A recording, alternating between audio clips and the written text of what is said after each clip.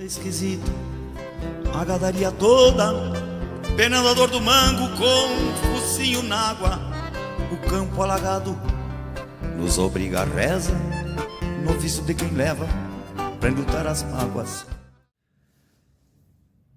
Bem, a partir de agora nós vamos com mais uma edição, a sexta edição da revista Recorrida. Hoje eu tenho um convidado muito especial, um amigo de muitos anos, conheci o Ronaldo Cardoso, e ele fez um trabalho em Santana do Livramento extraordinário. Ele fez estudos sobre piscicultura e na época ele era funcionário público na prefeitura municipal e foi, sem dúvida alguma, um trabalho que trouxe grandes dividendos para o município. Então, convidei o Ronaldo e vamos conversar, Ronaldo. Muito obrigado por ter aceito o convite. E agora eu gostaria de que você começasse explicando como se processa a piscicultura, que você possa dizer que não é técnico, mas tem um conhecimento profundo por estudos sobre a piscicultura. E você, desde o alevino, como se produz. Então, fique à vontade, muito obrigado. Eu que agradeço, Vibrantino, a oportunidade da gente conversar sobre esse assunto. Piscicultura até é um assunto que eu gosto de conversar porque eu entendo bastante, vamos dizer assim, da área, né? A gente trabalha na área de piscicultura, eu estudei piscicultura lá em 1998, comecei a estudar, fazer pesquisa sobre piscicultura, né? Depois fui estudar na PUC, onde eu estudei sobre a reprodução por hipofização de peixes. Tu estivesse na PUC? Sim, estudei na PUC Uruguaiana. Para estudar a reprodução de peixes. Estudar a reprodução de peixes naquela época, né? Eu passei um ano na PUC estudando lá. Eu já trabalhava na prefeitura, mas tinha um período que eu fazia os trabalhos finais de semana. Tu foste como funcionário público, foi o Ronaldo Cardoso? Não, na verdade, naquela época que eu consegui uma autorização com o prefeito, que era o prefeito Guilherme Bacedas, né? Consegui uma autorização com ele para mim ir. Por quê? Porque eu consegui para fazer um estudo gratuito via maçonaria lá no PUC. Naquela época, o diretor da PUC... Então aí começou a história, pela maçonaria você conseguiu um estudo gratuito na PUC. Exato. O diretor da PUC era o Dr. Douglas Thompson, né, que era maçom. O professor na área de piscicultura era o médico veterinário, que era o José Ayrton Batista, e eles eram maçons, uma obra de Uruguaiana, e acabou que eu consegui, por esse intermédio, eu consegui estudar gratuitamente lá, e praticamente eu morava dentro do laboratório de piscicultura. Para não pagar o hotel, eu morava dentro do laboratório, onde eu fazia meu trabalho. Né? Quer dizer que tu conseguiu um estudo e hospedagem? Conseguiu o estudo e a hospedagem, né? Mas, claro, a contrapartida era eu trabalhar junto no laboratório, né?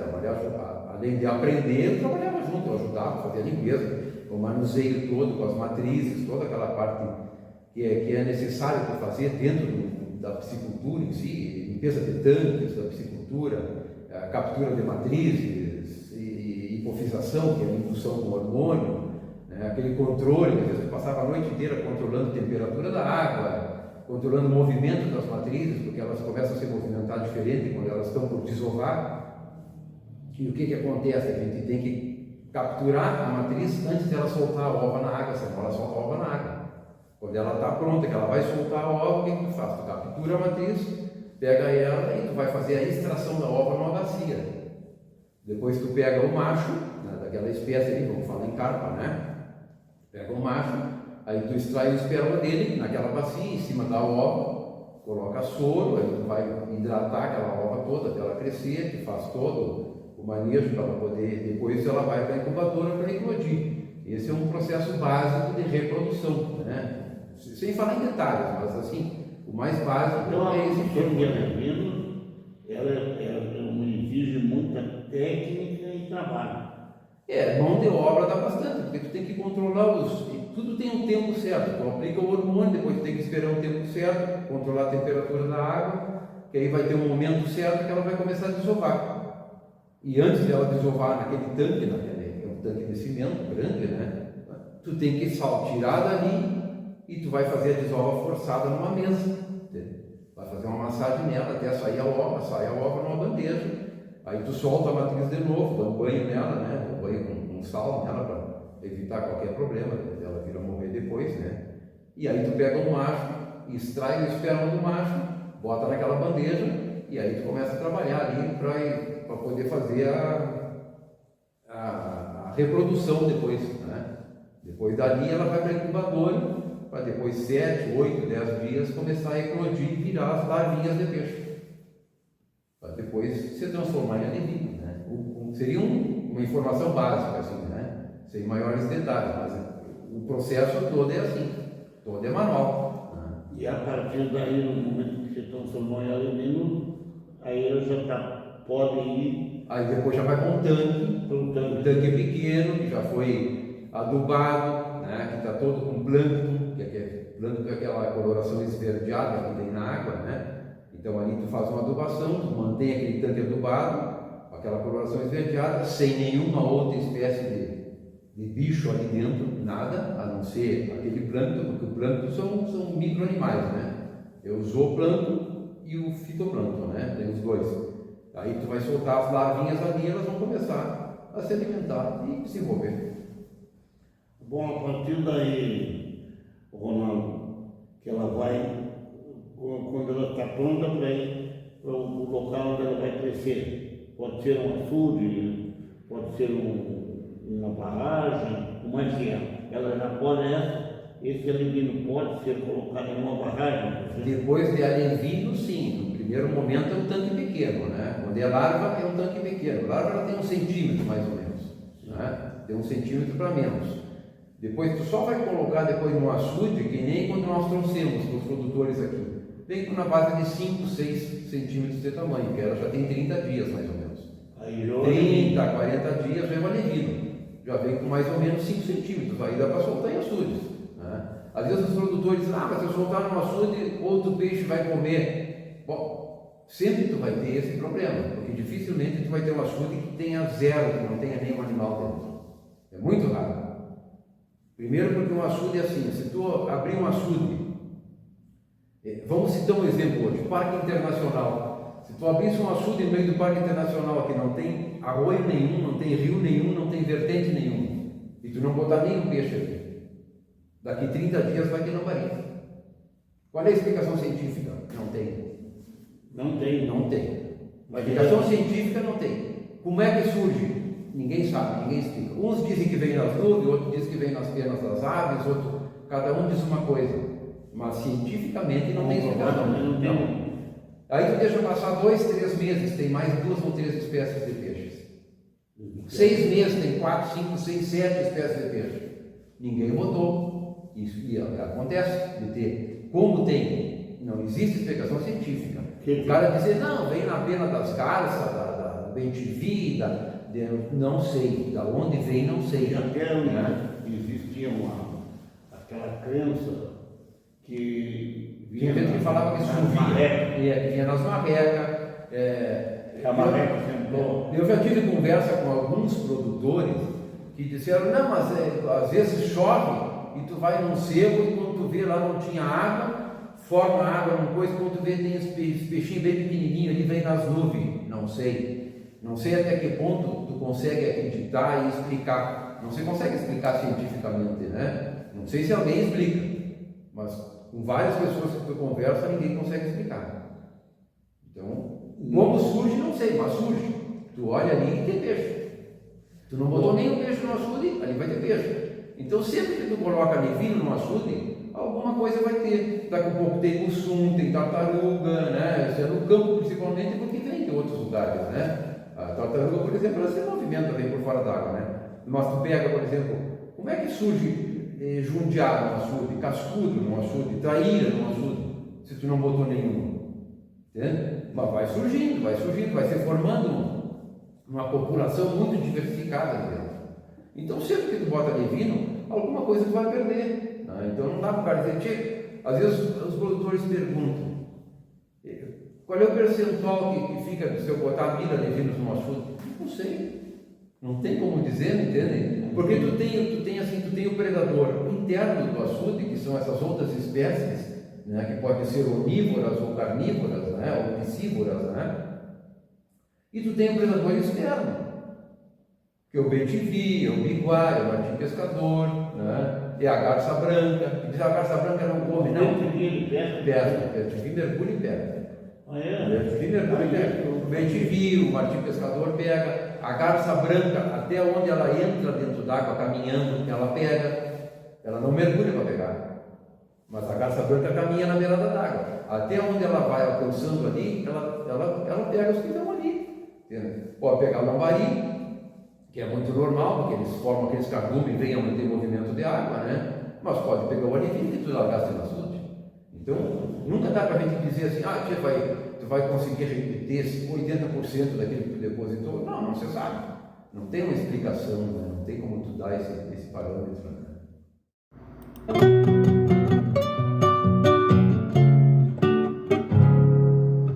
Anuncie aqui seu produto, serviço ou empresa. Entre em contato com o Rio Grandino Leal pelo telefone 55-99192-5785 e anuncie na revista eletrônica Recorrida.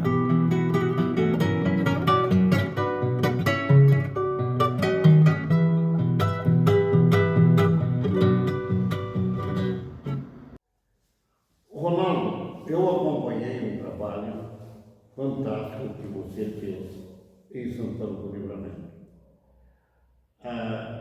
Inclusive com a criação de uma entidade para congregar produtores, e produzia-se muito peixe em Livramento. Aquele trabalho você fez com apoio da Prefeitura Municipal, né? Sim. Quem era o prefeito que começou aquele trabalho? A piscicultura, na verdade, começou com o professor Guilherme, né? Com o professor Guilherme. Professor Guilherme. Depois, Guilherme Bacia das Costas.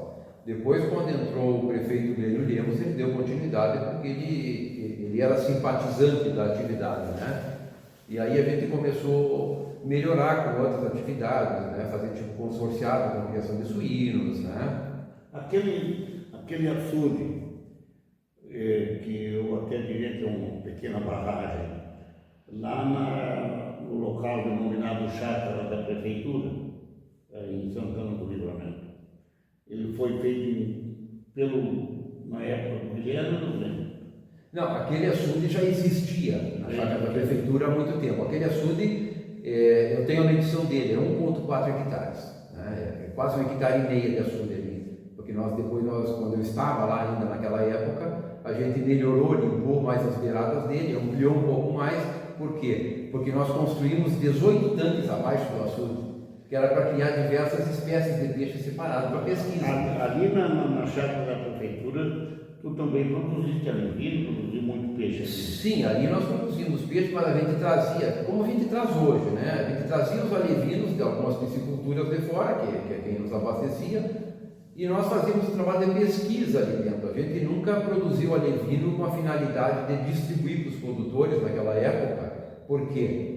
Porque o custo era muito elevado e nós não tínhamos equipamento, né? Então o que eu fazia? Como eu tinha balão de oxigênio meu, pequeno, né, e eu tinha algum conhecimento na área de reprodução, o que eu fazia? Eu pegava as matrizes que tinha no açude e a título de pesquisa, a gente aplicava hormônio que a gente tirava da própria matriz, né? Tirava quando abatia para consumo nos refeitórios, naquela época tinha refeitório na Secretaria de Obras e tinha o refeitório público, né? A prefeitura produzia peixe com o refeitório público? Nós para as escolas também? Não, para as escolas não. A gente nunca mandou para as escolas, primeiro pela questão de crianças, né? Porque o peixe é delicado, né? Para tu trabalhar com escolas, tu tem que tu tem que ter uma máquina que tu faz o fishburger. É uma máquina que ela extrai toda a espinha da carne do peixe e faz o tipo de um no fishburg, eles chamam de fishburg, e não tem espinho. Então tu pode distribuir com a escola, que não vai ter problema, mas tem que ter a máquina. Nós nunca tivemos essa máquina. Então a gente nunca se refeitório público da Secretaria de Obras, tinha um refeitório das obras e tinha um refeitório público na 13 de maio. Porque naquela época tinha um refeitório público muito grande. Sim, na 13 de maio ali, onde foi a antiga oficina da prefeitura, muitos anos atrás. Bueno, e o que eu fazia lá? Eu pegava as carpas húngara, né, porque a húngara, a gente utiliza a hipófise da húngara, a hipófise é uma glândula que ela tem na cabeça dela em cima. Quando a gente abatia a carpa para consumo, no caso, a gente, logo que abatia a carpa, eu cortava a cabeça da carpa, eu tirava a hipófise, que é uma glândula do tamanho da cabeça do pau de fósforo, vamos dizer assim. Eu dissecava aquilo na minha casa depois com acetona isenta de água, acetona pura, que eu comprava em Santa Maria, nas farmácias, né? Eu comprava, eu dissecava aquela hipófise, depois eu macerava ela e aplicava injeção nas matrizes, nas fêmeas, para desovar e para reproduzir. Era o que eu fazia, mas eu fazia a campo. Eu fazia um trabalho de pesquisa a campo. Depois eu andei fazendo um contato naquela mesma época, eu produzi bastante peixe lá, assim. Nós soltávamos, na época, soltamos no Batuva, bastante quantidade de peixe no Batuva, de carpas e de tilápias. A tilápias a gente não fazia hipofisação, que é a aplicação da hipófise, né? A gente só simplesmente reproduzia elas, porque eu trocava as matrizes que eu comprava fora, eu trocava com a Fundação Bradesco em Rosário. Para evitar a consanguinidade, eu trocava com eles, eu levava um pouco de matriz minha e pegava um pouco de matriz deles. A gente trocava e aí fazia cruzamento. E aí começamos a aclimatar a tilápia, que ela não morria mais no inverno. Hoje a tilápia morre no inverno, né? A tilápia no inverno morre. A tilápia com 17 graus, ela para de se alimentar e depois ela começa a morrer, né? E nós conseguimos fazer tilápia virar de um ano para o outro sem morrer. Porque a gente foi aclimatando elas aqui na chácara da prefeitura, entende? Foi cruzando e elas foram agarrando resistência com o frio. E, claro, hoje não existe mais, né? Mas nós soltamos uma grande quantidade de milhares de tilápia no Batuva. Talvez, não sei se tenha ou não, né? Eu nunca pesquei no Batuva, não sei se tem ou não. Tem gente até que pesca e diz que tem carpa no Batuva. Acredito que tem, porque nós soltamos grande quantidade de carpa, de tilápia, de jundiá, de traíra. Tudo que nós fazíamos ali na granja nós soltávamos no Batuva. E também outra coisa que a gente produziu uma grande quantidade, porque eu tinha uma parceria boa com o Plan Grangeiro de Oliveira, que era o Wilson Lagarde, que já é aposentado, foi embora para os Estados Unidos, inclusive, ele trabalhava na área de piscicultura no Plan Grangeiro, que é o Plan Grangeiro é a Secretaria de Agricultura nossa, é a de Oliveira Plan Grangeiro. Nós fazíamos um trabalho conjunto, né? Vinha para produtores de Oliveira e nós trocávamos muita ideia, fazíamos um trabalho de troca de informação, né? E aí eu consegui com ele matriz da madrecita, que eles chamam de madrecita lá. Na verdade, o nome científico dela é Quinesperodontes imaculatus, um peixinho pequenininho assim que é vivíparo. Ele não bota ovo, ele pare o filho. Então, a cada 40 dias, ela pare na base de 20, 30 filhotes. E a gente utiliza para o controle biológico do mosquito. E essa madrecita é a que foi usada para o controle biológico. Isso, esse projeto que nós fizemos aqui em Livramento, eu fiz aqui, tem um livro escrito sobre isso aí, né?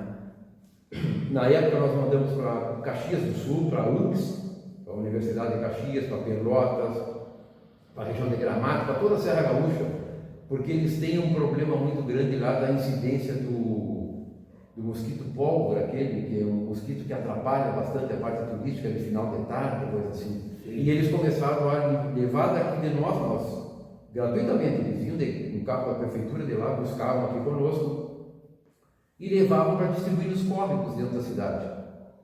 E naquela época aqui, nós distribuímos em vários córregos junto com o secretário Jorge Menezes, que era o secretário. E a gente pegava o caminhonete e distribuía. Maragato, Praça Artigas, bairro São Paulo, todos esses riachos que tem na volta da cidade, nós distribuíamos, nós catava lá da chácara da prefeitura. Tu produz aí 2, 3, 4 milhões de madrecitas em pouquíssimo tempo.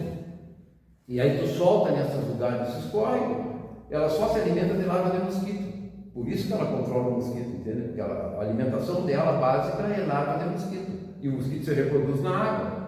E ela vinha ficar ali. Principalmente na água desses córregos onde é uma água poluída. Claro, só que ela não morre. E ela se alimenta só de larva, então por isso que se utilizava a finalidade toda foi essa. O Jorge Menezes, na época, nos deu um bruto apoio, né? Cedia a caminhonete da secretaria, nós saíamos distribuir, ele ia junto, inclusive. Eu trabalho, fiz muitas reportagens com o Jorge, contigo também, sobre o trabalho da piscicultura. Então, por isso, eu trouxe para a revista Recorrida, prestem bem atenção, a importância que tem a piscicultura, não só para o município de Santana do Livramento, que depois abandonou totalmente, depois que o Ronaldo saiu desse processo, desse trabalho, já hoje ele não é mais funcionário público. Não, já me aposentei faz 5 anos já que me Há aposentei. 5 anos. Então, vejam bem a importância que tem, até para o controle do mosquito.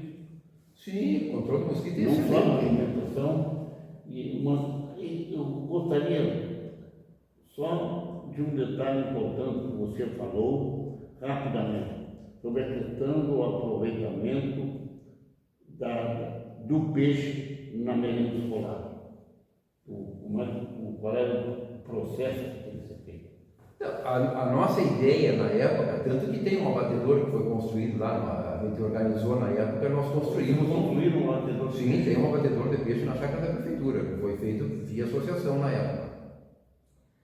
Aí, em alguns anos nós seguimos, porque no primeiro momento a gente fazia feiras do peixe na cidade, nas praças, fazia feira na Praça General Osório, fizemos feira no Parque Internacional. Na 13 de maio. Na 13 de maio, perto do Fórum. Aí nós fizemos feira também. Teve períodos que alguns anos, nós conseguimos fazer feira uma vez por mês. Porque a gente fazia o quê? Organizava os produtores e cada mês 2 ou 3 abatiam os seus peixes que eles tinham e levavam para vender. Né? Depois, com o negócio da criação do SIM, começou a entrar um pouco de dificuldade, que era a questão da liberação, das autorizações para fazer feira. Sabe que sempre dificulta, né? Aí os produtores começaram a recuar, né? Porque era uma dificuldade para fazer a feira. Aí exigiram que tinha que ter o abatedor. O que nós fizemos? Nós pegamos o laboratório que nós tínhamos, que era o laboratório de reprodução de peixe, né? De pesquisa e reprodução, e transformamos num abatedor, conforme as exigências legais do Serviço de Inspeção Municipal de Saúde. Você reconstruiu ali, se organizou todo o laboratório e se fez o abatedor e se começou a fazer os abates ali. Você fez, acho que uns 2 ou 3 anos, nós fizemos abate ali e fizemos feira. Depois as dificuldades começaram a complicar um pouco mais. Aí os produtores acabaram desistindo.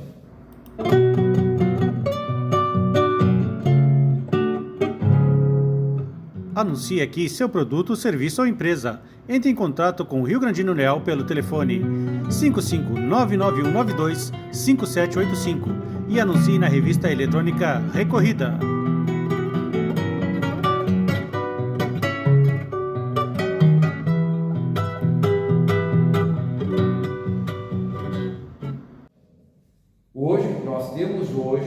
Eu tenho um grupo de produtores que eu dou assistência para eles, orientação, e nós trouxemos de 3 a 4 vezes por ano alevino para esses produtores. Nós começamos agora em outubro, normalmente você começa em outubro, você traz em novembro, depois você traz em final de janeiro, às vezes lá em início de março e final de abril.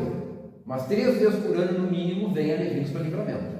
Vem para Livramento, eu digo para Livramento, mas é porque descarrega aqui em Livramento, né? Mas nós atendemos aqui, ó. Vem com o pessoal de Ribeira. O Ribeira pega junto conosco aqui e pega uma assistência técnica. Assistência técnica, eu digo orientação que a gente dá para eles, né? Porque às vezes o produtor está começando a criar peixe e não tem nem noção do que tem que fazer na água, o que a tubação tem que botar, que tipo de controle. E tem produtor de alevino de peixe? Sim, hoje nós temos no nosso cadastro, no nosso grupo de encomenda, eu tenho 296 produtores, entre Livramento e Ribeira. Tem alguns, logicamente, que são de Guaraí, hein? A pergunta é o seguinte: e por que Livramento não não se consegue um peixe que ele não vai comprar. Mas eu te digo assim, tu não consegue peixe, mas de repente, né, às vezes é uma maneira de fazer um contato, né? A gente não faz mais feira, né? Vocês podem ver que nunca mais se fez feira em Livramento, feira do peixe. E tem peixe em Livramento. Tem peixe e os produtores que criam peixe, principalmente os pequenos, os colonos, né? Porque nós temos uma grande quantidade de colonos que criam peixe hoje aí, eles vendem o peixe deles. E eles nos compram, eu digo nos compram, mas eu não vendo peixe. Entende? Eu gosto de frisar sempre, eu não vendo peixe. O que nós temos? Nós temos um contato com a piscicultura de Ijuí, que há uns 12 ou 15 anos nos abastece de Livramento. A gente faz o pedido para vários produtores, 30, 40, 50 produtores, já chegou a vir para 80 produtores de uma vez só, né? Na mesma data. Vem a carga de caminhão, todas as embalagens etiquetadas com o nome do produtor, com a espécie de vendente, a quantidade, tudo separadinho para cada produtor. E o caminhão descarrega lá na chácara da prefeitura, que é onde nós temos uma área lá que é cedida para a associação até 2030, e tem uma lei na Câmara Municipal, que até 2030 nós temos. Quando? 2030. Até 2030, a associação pode utilizar aquela área ali, que é onde está hoje o abatedouro e uma ponta que vai em direção ao abatedouro. Não funciona. Não funciona, o abatedouro não funciona. Não funciona, não é que não funciona.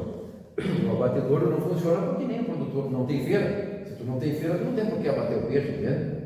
O produtor, vamos dizer assim, ó. E não tem feira porque a fiscalização. Não, é que na verdade falta apoio. Uma exigência. O produtor falta apoio.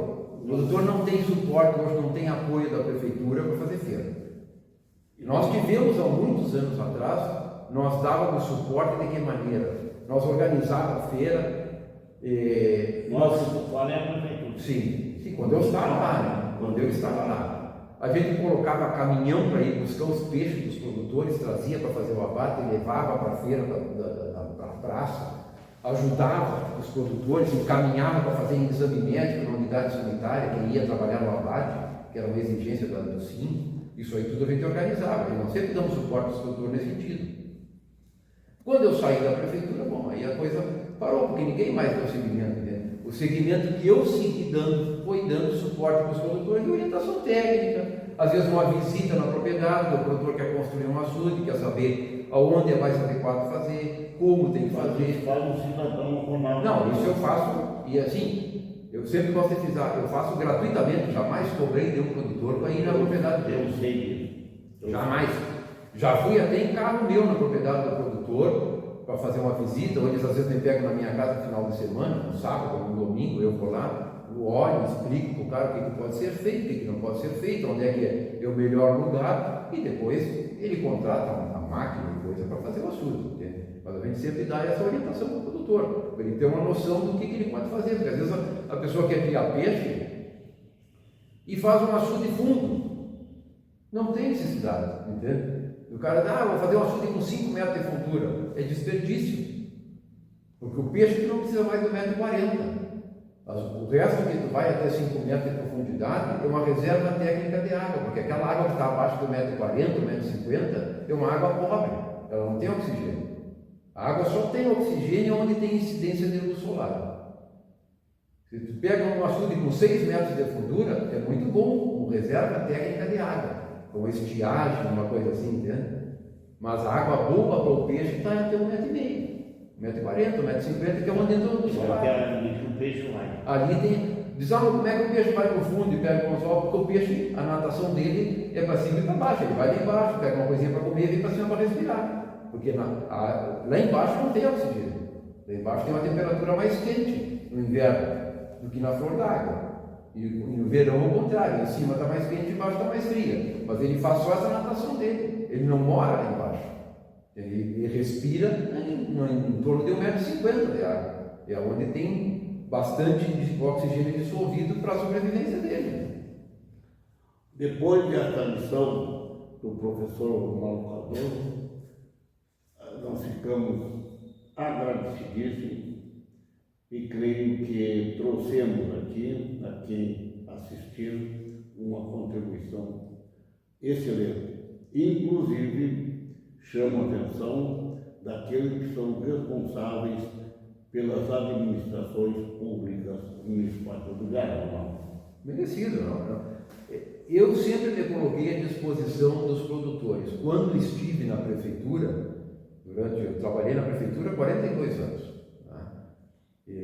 Então, todo o tempo que eu trabalhei na Secretaria da Agricultura, quando eu comecei a estudar piscicultura, sempre me dediquei aos produtores. Eu fazia parte administrativa, teve um período que eu fui secretário adjunto, uns 2 mandatos eu fui secretário adjunto do João Antônio Macedas e também do Gilberto Gisler, do Checo, eu fui secretário adjunto dele também, né? Depois teve um período que eu fui, um momento lá, de uma troca de secretários, eu fiquei de secretário da Agricultura, e depois sempre fui na parte de expediente e atendia os produtores. Eu sempre atendi os produtores porque era uma atividade que eu gostava, né, e que eu tenho algum conhecimento nela, na área da piscicultura, né? Então eu sempre tive um bom relacionamento com os produtores e sempre procurei dar essa orientação para eles, nunca sem visar nenhuma coisa de cobrar do produtor, nunca, jamais cobrei do produtor para dar assistência, Cara, eu sempre digo para eles, olha, tal dia eu não posso ir, tal dia eu posso ir. Então, quando eu estou liberado, eu tenho um outro trabalho meu,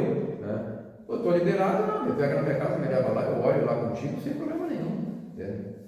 E nós trouxemos, agora a partir de outubro vamos trazer de novo a Levinas. Você traz 3 vezes, no mínimo 3 vezes por ano, vem com esses produtores. Vem para cá, para Livramento, vem para Guaraí, vem para Rosário, às vezes vem para Dom Pedrito, já veio o produtor de Bagé pegar peixe aqui conosco, e daqui de Ribeira e do interior do Uruguai, aqui, a Taquarembó, de Salto já pegaram conosco. Né?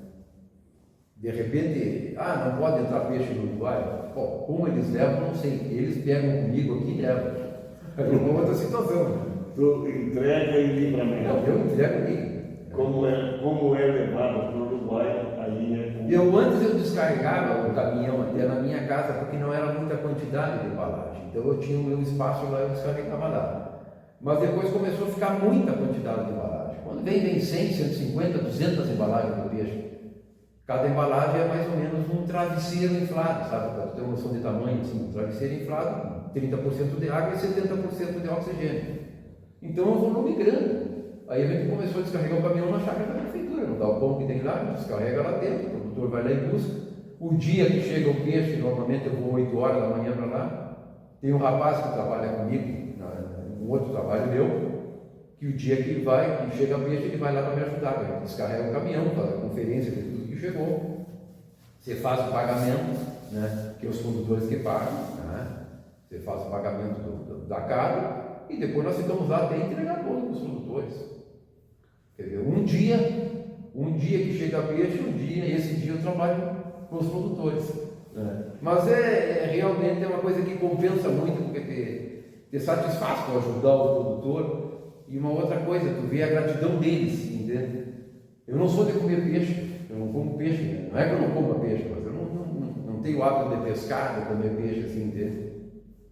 Mas é satisfatório, tu ajudou o produtor, tu vê que o cara te liga depois, diz, meus peixes chegaram tudo vivo, sem problema, entende? Meus peixes, às vezes tiram fotografia, me mandam, meus peixes têm 1 ano e já estão com 1,2 kg mais ou menos, entende? Então é interessante, o produtor fica satisfeito e a gente também, porque tu ajudou o nosso produtor. Né?